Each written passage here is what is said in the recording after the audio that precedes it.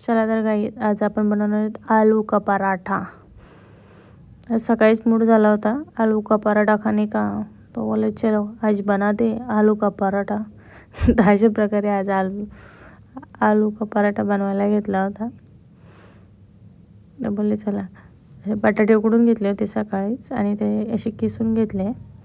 छान प्रकारे असे किसणीखाली किसून घेतले जेणेकरून ते गट्टी गट्टी त्याने पराठा फाटतो। हे मोझरेला चीज टाकला त्याच्यामध्ये आणि एक उभा चिरून घेतलेला मिरची घेतली, मिरची टाकली, 2 मिरच्या टाकल्या होत्या कारण आम्ही दोघं जास्त तिखट खात नाही त्याच्यामुळे। एक हिरवी मिरची, एक मोठासा कांदा कापून घेतला आणि तोही त्याच्या मिश्रणामध्ये टाकला। त्याच्यानंतर कोथिंबीर टाकली। कोथिंबीर स्वच्छ पाण्यात धुवून घेऊन मस्त अशी त्याला बारीक बारीक करून, त्याच्यानंतर ही जिरा पावडर, टीट-बीट त्याचे मला आवडतात म्हणून मी ते सांगते। त्याच्यानंतर आमचूर पावडर घेतली, आमचूर पावडर ही त्याचीच आहे टीट-बीटची, तीच शक्यतो आणा कारण ते चांगले राहतात, जास्त दिवसही टिकतात त्या। त्याच्यानंतर आपले मसाले टाकले मी, ही आगरी कोळी मसाला,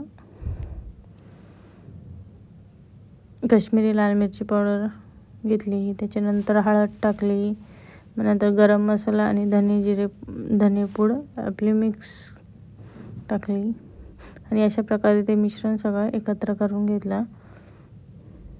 असं छान प्रकारे ते कुस्करून घ्यायचं जेणेकरून पूर्ण असं फाटणार नाही। त्याच्यानंतर चवीपुरतं मीठ, हे असं मिश्रण सगळं एकत्र करून ते पूर्ण दाबून घ्यायचं जेणेकरून पराठा फाटणार नाही कारण सगळं असं मिक्स होईल। त्याच्यामुळे पूर्ण असं हे म्हणजे त्याच्याने आपल्याला समजतं की किती नॉर्मली हे झालं आहे, ते मॅश पूर्ण असं मॅश केल्यासारखं वाटतं। त्याच्यानंतर आता आपण पराठा करण्यासाठी गव्हाचं पीठ घेतलं, त्याच्यामध्ये थोडंसं मीठ टाकला आणि ते पूर्ण मिक्स करून घेतला जेणेकरून ते लागावं नाही तोंडाला त्याच्यासाठी। त्याच्यानंतर आता आपण पाणी टाकणार आहोत आणि पीठ पूर्ण मळून घेते मी। पीठ पूर्ण मळून झाल्यावर मी तुम्हाला दाखवते। हे अशा प्रकारे मी पीठ मळून घेतलं होतं आणि 15 मिनिटं ठेवलं होतं असं। त्याच्यानंतर त्याच्यामध्ये असं बोट घालून बघायचं जेणेकरून ते फुगलं आहे का नाही। अशा प्रकारे आपलं पीठ असं छान प्रकारे फुगलं आहे आणि त्याला परत असं एकदा मळून घ्यायचं हात देऊन छान। मळून घेतल्यावर आता आपण पराठा लाटायला सुरुवात करू। हे मिश्रणही आपलं छान झालं आणि ही पारी बनवून घेतली आपण, जशी मोदकाला पारी बनवतो तशी पारी बनवून असं गोल गोल करून त्याच्यामध्ये ते स्टफिंग भरायचं, व्यवस्थित भरायचं जेणेकरून पराठा फाटणार नाही आणि असं पोटली बनवून घ्यायची त्याची, जशी अशा आपण मोदकांना हात देतो ना नॉर्मली मोदक बनवताना, तसं यालाही द्यायचं आणि ते वरचं भाग काढून टाकायचं प्रकारे आणि ते पिठात टाकून थोडा हात वरून हात थोडं नॉर्मली हे करायचं जेणेकरून हा पराठा फाटणार नाही। तसं आपलं मिश्रणही आपण पूर्ण मॅश करून घेतला होता त्याच्यामुळे मग ते फाटणार नाही, पण शक्यतो हात आणि नॉर्मली लाटायचा, हलक्या हाताने लाटायचा, असं जोरात भार पण नाही द्यायचा जसं आपण भाकरीला चपातीला देतो तसं नाही, एकदम नॉर्मल पद्धतीमध्ये तो हे करून घ्यायचा, लाटून घ्यायचा। अशा प्रकारे मी आता सगळं असे लाटून घेते। किती छान झालं आहे ना।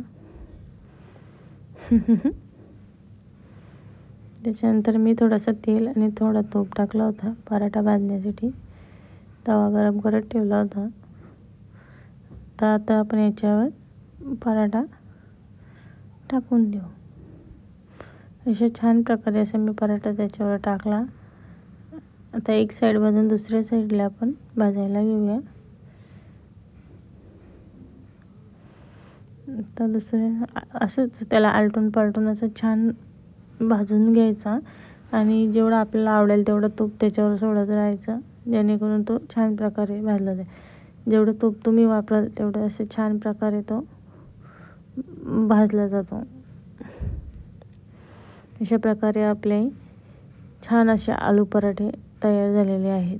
तुम्हीही पाहू शकता आणि घरी बनवून बघा, ट्राय करून बघा. आवडल्यास मला नक्की सांगा कसे झाले होते. झाले तर छानच होते, पण प्रत्येकाच्या आवडीवर असतात आणि याच्यामध्ये काय कमी आहे, काय सुधारणा पाहिजे ते पण तुम्ही मला सांगा. थँक्यू.